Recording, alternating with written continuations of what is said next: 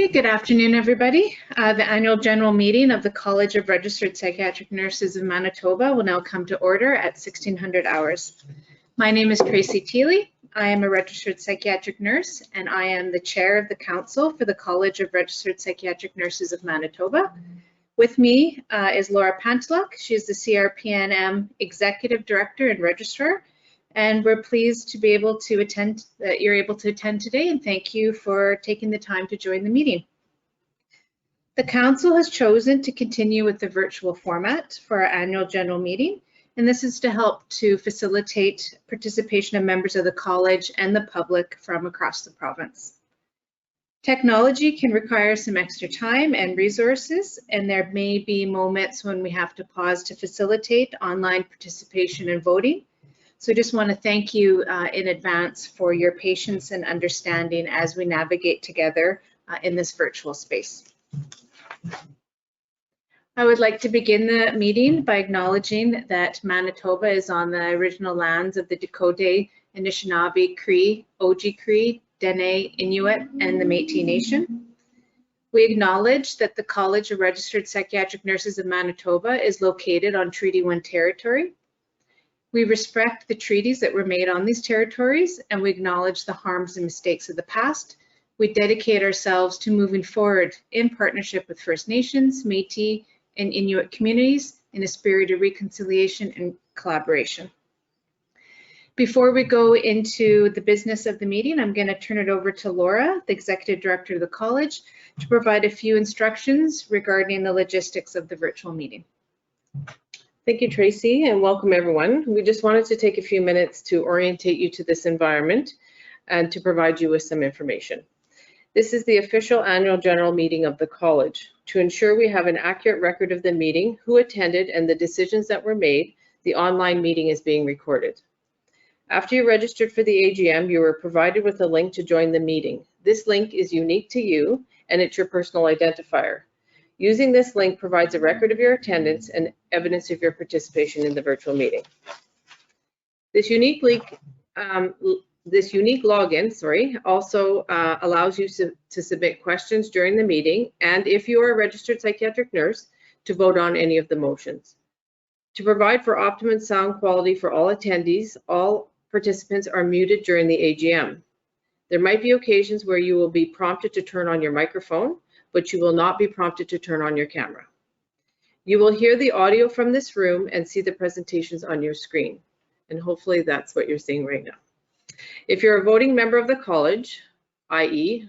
a registered psychiatric nurse, you will need to be logged into your computer or device to vote. We understand that you may have to step away on occasion, but ask that you do your best to be in the virtual room when it is time to vote. You must be present in order to vote.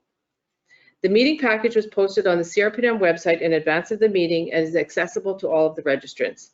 The meeting documents can also be found in the document section of the GoToWebinar on your device.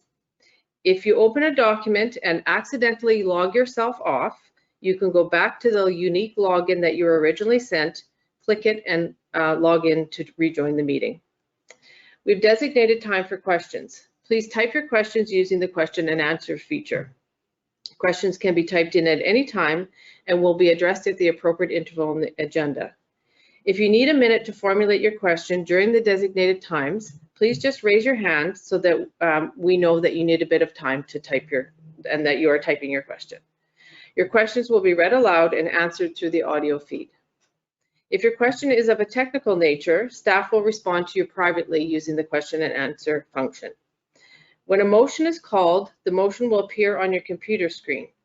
To move or second the motion, please use the raise your hand feature. The chair will recognize and announce the names who have moved or seconded a motion. When the vote is called, the question will appear on your screen. The polling function will pop up for 30 seconds. If you're entitled to vote, you will indicate in favor or not in favor by clicking the appropriate response on your screen. If you're not entitled to vote, we ask that you do not click on the screen. Only those on the Registered Psychiatric Nurse Register are entitled to vote. The votes will be automatically tallied and the results announced by the chair. The college will also audit the voting results after the meeting. Are there any questions before we proceed? Again, if you need a minute to formulate your questions, just raise your hand so that we know that you're typing.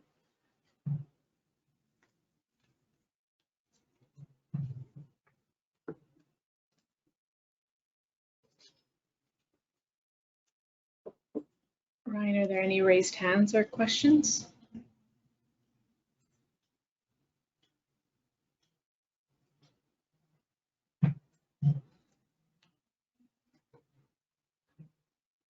There are no raised hands at this time.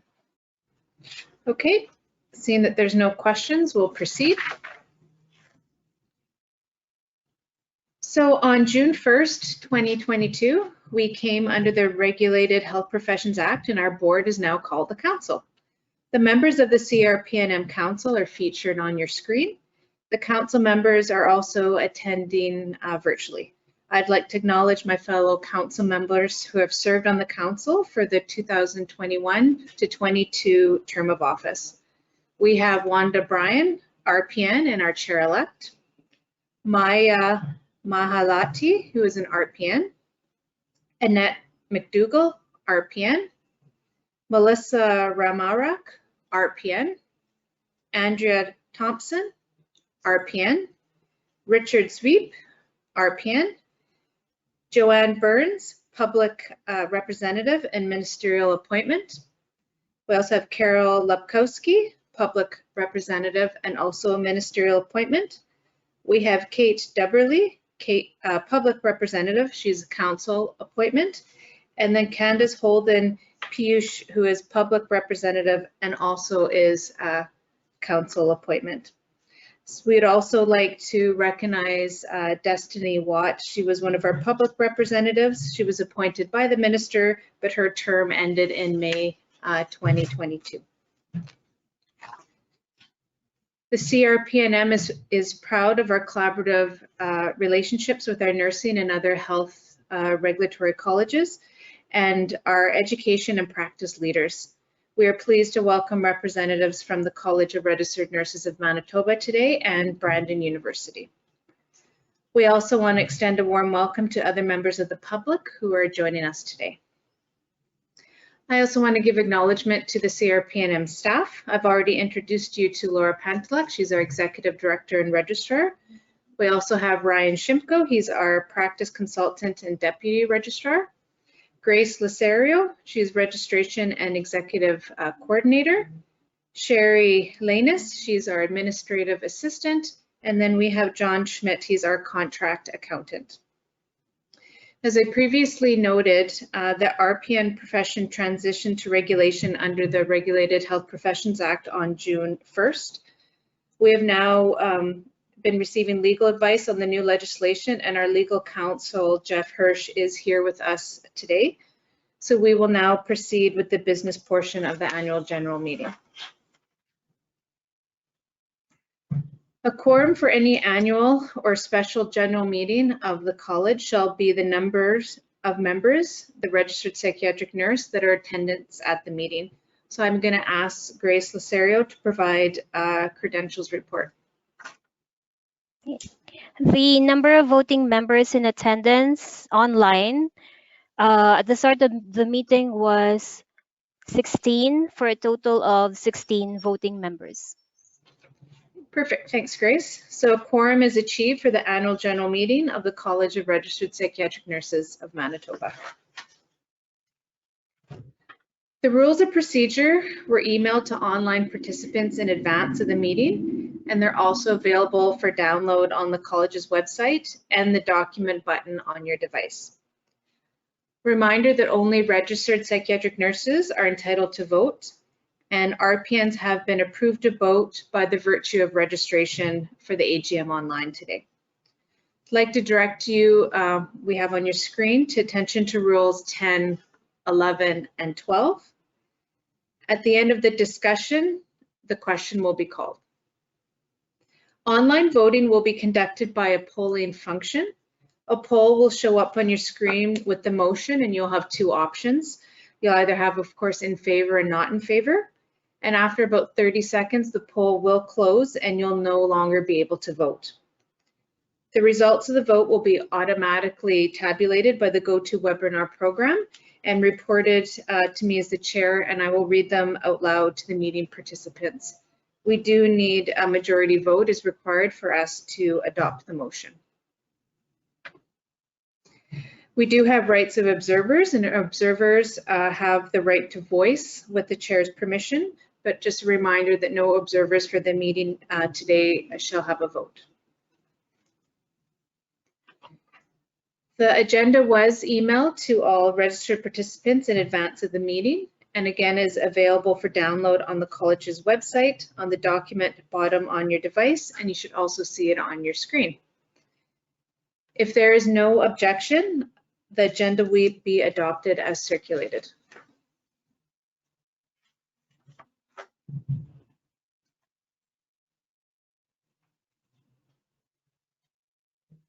Okay, no objections, thank you. A copy of the 2021 annual meeting minutes is available to download on your device for your information.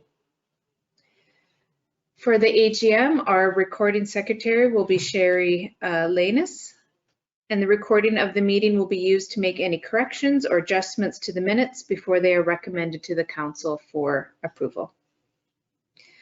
The scrutineer for the AGM will assist the chair by confirming and recording the votes, and I'm appointing Grace Lasario to monitor the online voting results to ensure accuracy. I'm going to move on to the chair and executive director's report. So serving and protecting the public's interest is the college's #1 priority. It is our responsibility to communicate openly and honestly with the public and to strive for transparency. The work of the college is supported by registered psychiatric nurses and the members of the public at every level. We could not accomplish the work that we do without the support and collaboration of our council members, the staff of the college, registered psychiatric nurse, and of course our public volunteers, our education and practice leaders, and our nursing and other health-related regulatory colleges in Manitoba and across Canada. The college provided an annual report to the Minister of Health in accordance with the provisions of the Registered Psychiatric Nurses Act, which happened on April 29th, 2022. The report titled President and Executive Director's Report has been circulated in the annual report and can be found on page 6 and 7. Copies of the annual report can be found within the meeting materials, and it also is available again to download off the college's, the Crpnm's website. Since that report was published, the Regulated Health Professions Act, which is the RHPA, became the governing legislation for the registered psychiatric nurses profession in Manitoba, replacing the Registered Psychiatric Nurses Act. This legislation ensures that all health professions in Manitoba are governed by consistent, uniform legislation and regulations with a focus on patient safety.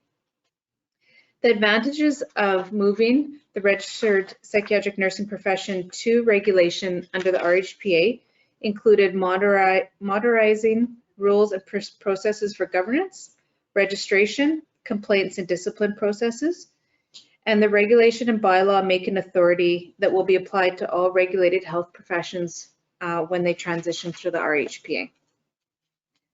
We have published information about the Act and the regulations on the CRPN website, and we encourage you to learn more about the scope of practice of registered psychiatric nurses and the profession in Manitoba, the reserved acts that members of the profession are authorized to perform, any limits or conditions to performing these acts, the registration classes, membership requirements, continuing competency requirements, and standards of practice of the psychiatric nursing profession in Manitoba. At this time, I'll ask if there's any questions on the President or Executive Director's report. We're going to allot about 10 minutes for questions. So again, use the Q&A function to type your question. And if you need some more time to formulate your question, just a reminder to use the raise your hand function to let us know that you're typing and formulating your question.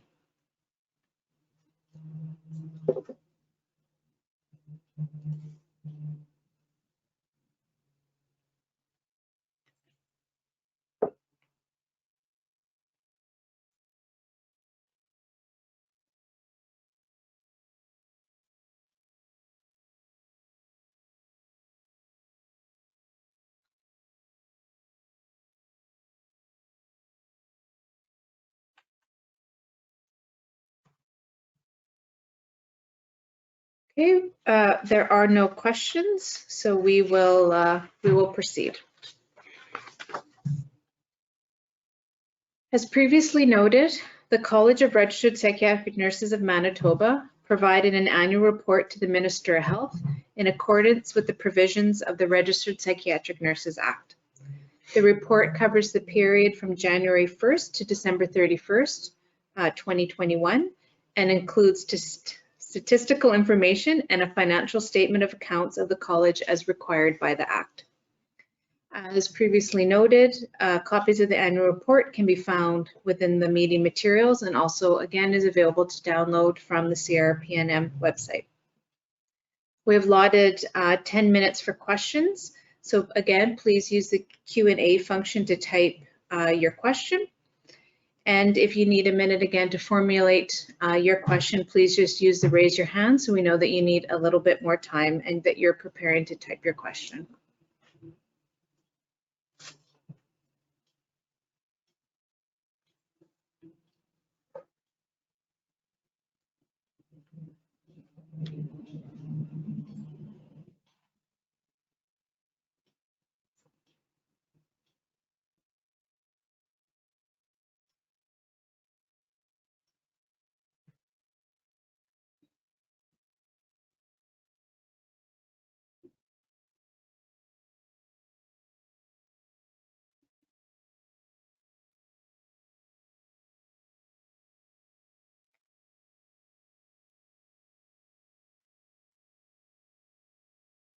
Any questions, Ryan?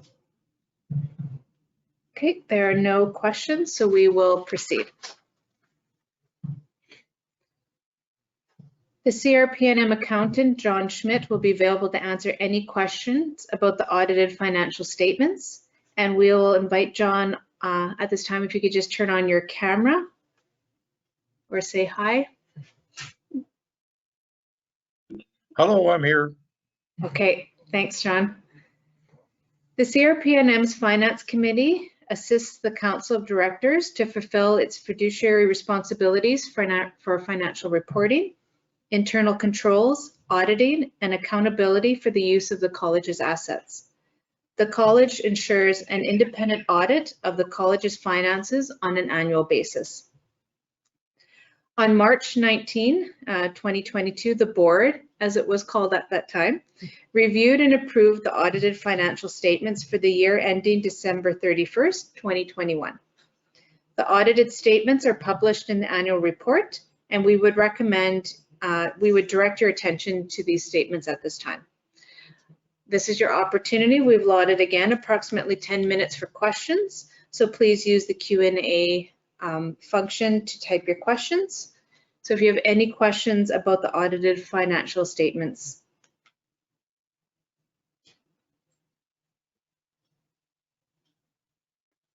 Again, if you do need a moment to formulate your questions, just please use the raise the hand function. And we know that you need a little bit more time to type your question.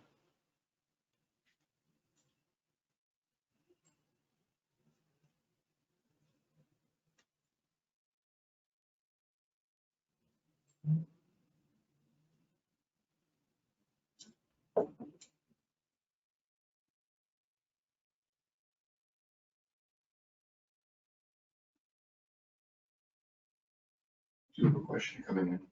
Okay, good.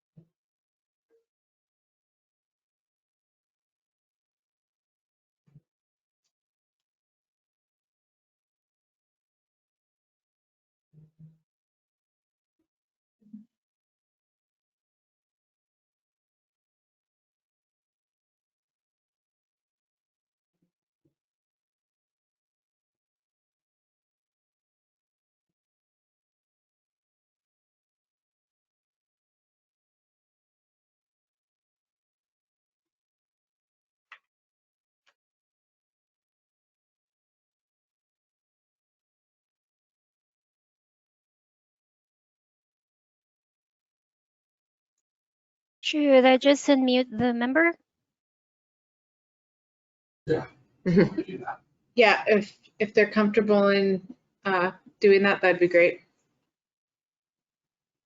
Thank you. I'm sorry, but I'm not used to this platform, so I couldn't find where I was supposed to put my typing in. Sorry about that. My question is on the financial report. You said there's a place there for office, which is, so monies, I think it said 5% from monies. Since COVID and lots of people working from home, and I'm not sure what the Crpnm what you guys did in terms of working from home and the use of the office space. Do you see, I know other associations and organizers have sort of gotten rid of their office space, so to speak, and will continue to work virtually and in people and in staff members' homes. So I was wondering if there's any consideration for working remote, or whether you will continue to keep the location on Portage Avenue and there will continue to be costs ensued because of the building and the rents and stuff. Hi Jane, it's Laura. John can also answer this question with respect to the cost. We own this building, so thanks for the question, because I appreciate what you're saying in terms of organizations perhaps making choices to lessen their expenses by giving up their space and working virtually. So we will likely continue in a more of a hybrid model. And in addition to owning the space in the building, we generate some revenue by the fact that we rent out part of the building. So we generate some revenue from that. But John, would you like to add anything to that? Well, I think you hit it on the head. Basically, because we own the building and are able to rent out space, our costs are much lower than if we were straight leasing the same amount of space. So it's a pretty good situation for us. As for what happens going forward, I think a lot of companies are facing this as well, in terms of people are tending to continue working from home or working remotely, as I do. And I know some of the staff here do, but we also have a couple of people that are in the office most of the time. So the space is getting utilized. But yeah, it's certainly down the road. It's going to be a question that faces all companies, and it's a good question. Great. Thank you very much, Laura and John. I appreciate and understand your responses. Great. Thank you. Yeah, thanks for the question. Ryan, any other further questions or raised hands? Okay. Thanks, everyone. Seeing none, thank you for questions, and we'll proceed. So the revised Crpnm bylaws incorporated several changes that take place due to the council becoming governed under the RHPA, and further advance a governance vision that is consistent with best regulatory practice. So I'm going to go through some of those changes. They included, of course, that the Registered Psychiatric Nursing Act is now replaced with the Regulated Health Professions Act. Instead of a board, we've now become a council. Executive Director becomes Executive Director / Registrar. The practicing registration becomes a membership class in the sub-register of the Registered Psychiatric Nurses. Our investigation committee becomes the Complaints Investigation Committee. Other change is that our discipline committee now becomes Inquiry Committee. And the fees are no longer subject to approval by the membership at the annual general meeting. They are set by the council from time to time, and they will be communicated to membership. The college is required to provide a copy of the proposed bylaws to the members for their review and comment, and the council review and consider that the comments that we received. These proposed bylaw changes were posted on the Crpnm website from May 6th to 16th, 2022 for member consultation. An annotated version of the proposed bylaw changes with the rationale was also provided. There were no comments that we received by the end of our consultation period on the day of May 16th, 2022. A change was requested by one of our staff, and that was to 9.04 Section D, to address when December 31st falls on the weekend. These final proposed bylaw changes with the rationale were available for download on the college's website in advance of the meeting. Section 222, 5 and 6 of the RHPA addresses the council's ability to make bylaws and their periods of effectiveness. Once approved by the council, the bylaws are only effective until the next general meeting of the college, where they will be confirmed or varied by a majority of the members of the college who are entitled to vote, who are present and voting at the meeting. On June 9th, 2022, the council approved the bylaw changes as circulated. The approved CRPNM bylaws can be found in the document section of the GoToWebinar on your device. The council is seeking confirmation of the approval of the bylaws, and the motion is on your screen. And so we're going to move by the council that the motion is that the bylaws approved by the council on June 9th, 2022 be confirmed. Is there a seconder? And please just raise your hand function to second this motion, please. Andrea Thompson. Andrew Thompson has seconded the motion, so thank you, Andrea. We again have allocated approximately 10 minutes for discussion.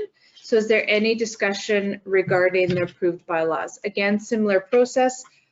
Please use the chat function to put in your question. You can either raise your hand if you know you need a little bit of time, or we can also unmute you if we need to. Can you do a question? Okay.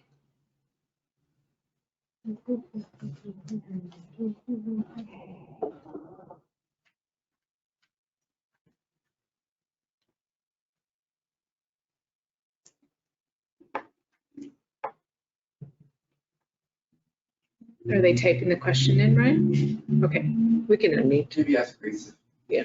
She's Okay. not being muted. Okay, Grace, do you want to unmute the participant and they can ask their question?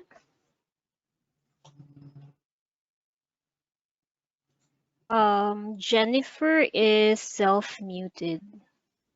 I cannot unmute her.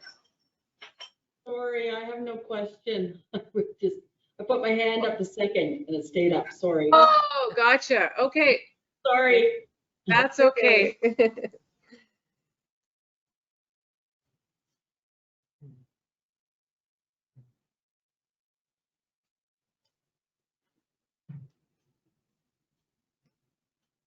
Any other questions? Okay. Hearing that there's no other questions, I'm now going to call for the question. So the question is on the conference. Sorry, Tracy, we have a question from Jennifer Adair. Okay, sorry.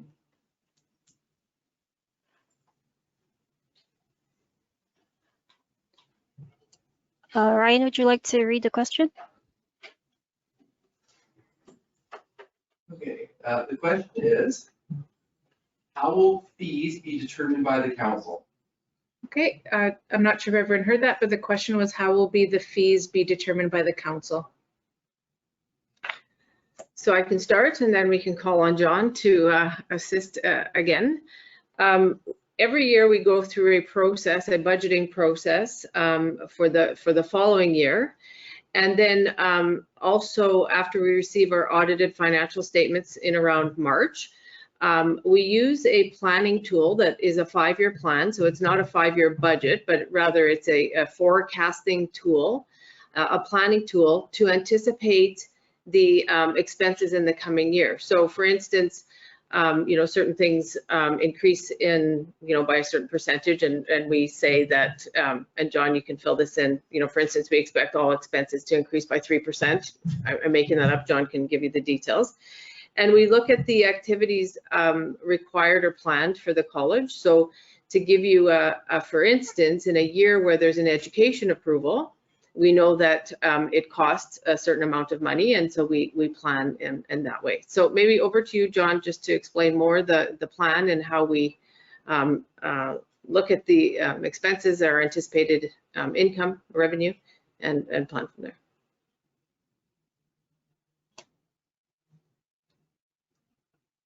Okay, now that I'm unmuted, yes, you're absolutely correct. We base it on a 5-year plan that we work on every year. When we update the budget, we update the 5-year plan shortly thereafter. And you're right, general expenses are forecast to increase by about 3% annually. Membership growth is calculated to be about 1% growth going forward. And of course, as you know, inflation is getting a little out of control these days, so we have to keep that in mind.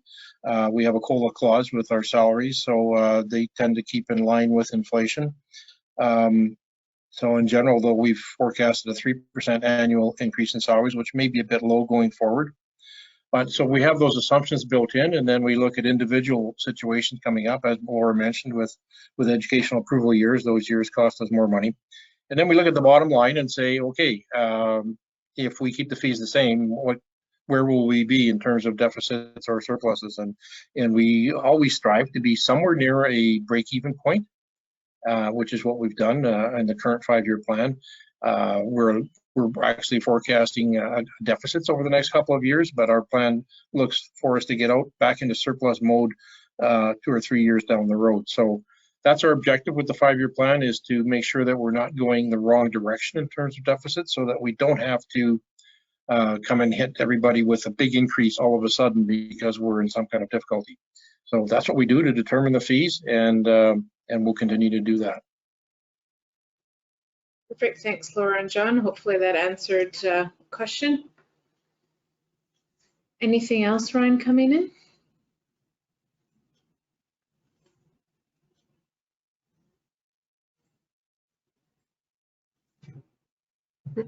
Okay, I am now going to close the period for questions, and I will now call for the question. And the question is the confirmation of the bylaws.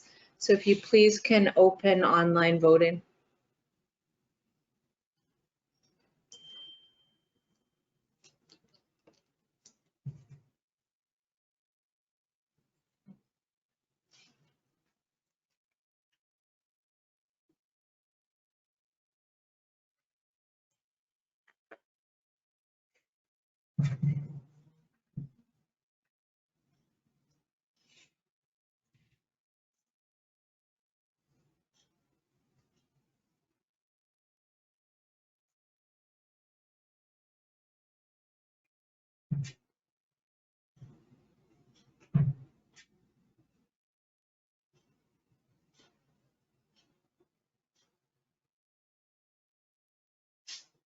Okay, so 63% voted and 100% are in favor. Okay, the online poll is now closed. So 100% of those who voted are in favor, so the motion is carried. So thanks everyone, and this actually concludes the business of our meeting. So with there being no further business, the annual general meeting is adjourned at 16:34. So I want to really thank you for your time and your attention, and appreciate your questions this afternoon. You will receive an email seeking your feedback on the meeting today. So we would really appreciate hearing from you and how you felt it went. We're going to take about a 5-minute break just so we can proceed from the AGM to the presentation and get set up. And we'll be excited to hear from the Crpnm and the CRNM on the authorized prescriber project.